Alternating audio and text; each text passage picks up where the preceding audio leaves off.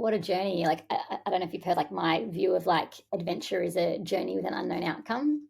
And Mm. it's like the challenge of that is like when you have an outcome that you really want it to be a certain way. But I guess often the pathways to these goals can look like something that you didn't expect. And like I reckon the IVF process is something like that too. For sure. Let's dive into that a little bit deeper because I love what you said there about that sense of adventure leading to unknown destinations. And I often think that we make the mistake as human beings who typically hate the idea of uncertainty, but should Mm, encourage ourselves to become a little bit more comfortable with that uncomfortable and unknown. For me, adventure, this sense of adventure, could be the thing that we have to strive for in life. I think often we talk about striving for happiness. I want to be happy. I want to have this. I want to mm, have that. We talk about these feelings, like these isolated feelings that are a part of the roller coaster of human emotions as the destination for what we want, as opposed to recognizing that the adventure of experiencing it all and going on a path, or I like to say a quest because it's so open ended, in which all of these yeah, things will be experienced and felt along the way. Um, but wholeheartedly, it's an adventure. yeah. What I does mean, that mean to adventure is you? well, adventure isn't just like these physical ones. And, I come from an endurance background, and I think often people would go like, oh, okay, she's talking about like, like going across India or climbing a big mountain. And yes, those are some of the adventures I've chosen to go on. But it was interesting you saying like the idea of chasing a feeling. Like, I think it is actually important to like connect feeling Mm. to be more important sometimes than like the tangible of like go to the top of a mountain or do this certain thing. It's like we do these things because we want to feel something. And what I kind of am more comfortable with, and I've got to tell you, like I used to be very rigid, A-type personality, liked, wanted to be like high performance and succeeding, but wanted to know exactly how it looked. So it's like it didn't mean that I wasn't aspirational, still pushing boundaries, but I was really clear of the process and I was really clear of the end destination. And therefore, when I kept playing in that matrix, I could only go so far. And it wasn't as exciting. It also, like, on the flip side of it, like I now choose to kind of go in spaces where, like, I'm just going to feel deeply a lot of things. Like, they say, like, an ultra marathon is like life compressed because of the high number of psychological challenges that you can face in a really short period of time. And so I think I like feeling all of that. The highs, the lows, the insecurity, the self doubt, the elation, like the celebration of small wins. Like, I like it all.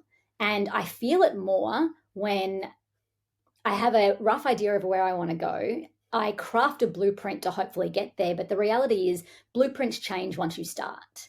I think that was always the case, but I think it is very much the case now. Post COVID world, like we live in such a rapid place where technology is changing all the time. Like social constructs are changing all the time. Everything's changing far more rapidly. We don't talk about 10-year visions anymore. We're likely to not even talk about 6-month plans.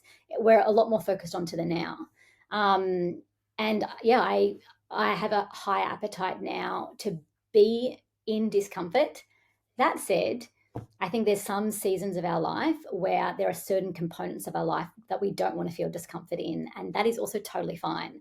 I think it is very well known that we grow beyond our known, grow in discomfort.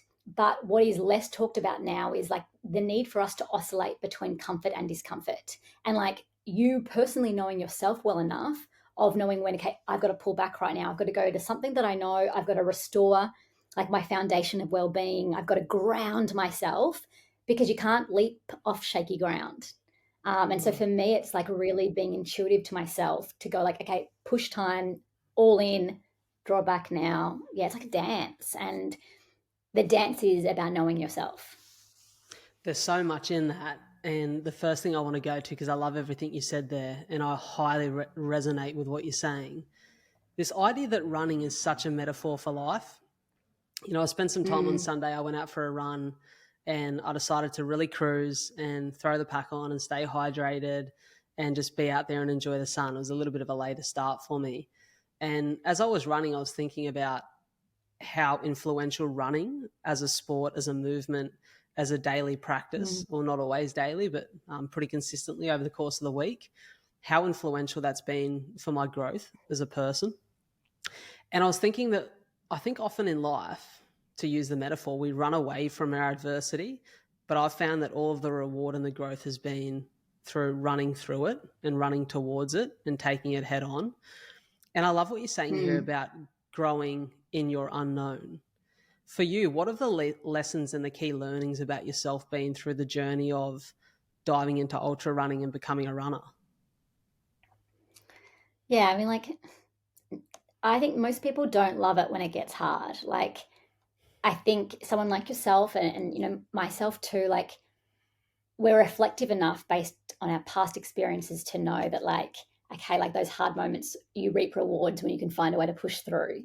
But like, let's be realistic, it's still really hard when you're doing it, and it's great to be able to like pull yourself out to that like other perspective, going, no, it's like it's meant to be hard. I chose this, like it was unknown, like I don't know what it's meant to look like, and so therefore there's a challenge when we go from these things that we do know to what we don't know. Like there's this clunky phase in the middle where we are, you know, essentially finding our way. And so, what I know to be true from past experience is I'm my most proud of myself when I can find the tools and the resolve to like. It's not about like finding like it's not about growing necessarily. Like I'm proud of myself when I can just stay in it, Mm. despite how overwhelming it can feel, despite like the thoughts that creep into your head, like maybe I shouldn't be doing this, maybe this is beyond your capability. And I'm actually in that experience right now, physically. Like I do it in many other areas of my life, like starting a new business, like having done a podcast, like being a mother. Like I live that in other areas, but if we stick in the context of running, I'm like what you call a diesel engine.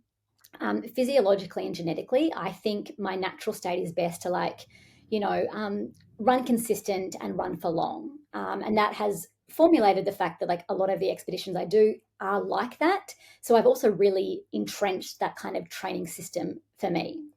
Um, but I decided to sign up for an event called Race the Sun, and it's yeah, good. Our mutual friend Benny did it last year. It's where you're in a team of six, and between the six of you, you have to complete 345 kilometers, and the goal is to do it in 24 hours. You're beating the sun, which means you're averaging 4 minute 10K pace the entire way. And there's like they say it's like 7,000 meters of elevation gain throughout the thing. So it's like not even flat. A lot of it's on road, but there are sections on trail. And it's all strategy. Like you can change in and out of your team members when you want. So I pulled a team together.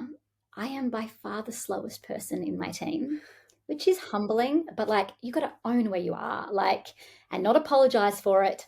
I'm saying that to myself now to remind myself, like, don't apologize for it, but also like be comfortable saying it. Like, yeah, this is my reality. Like, I know you guys are faster. You can all do sub 410 consistently. I'm trying to get to 410 a couple of times and then to be able to string that together enough. And so I am trying to change what is my natural state right now. And, you know, I did a track session yesterday and I'm like, I don't know if that I can do that. Of course, I have that thought. I'm defying what my genetics are like. And it makes me think of all the athletes I had at her trials that are like, you know, I don't know if I can get faster. And I'm like, you can. And I'm now trying to apply that to myself. But the thing is, you get there when you show up.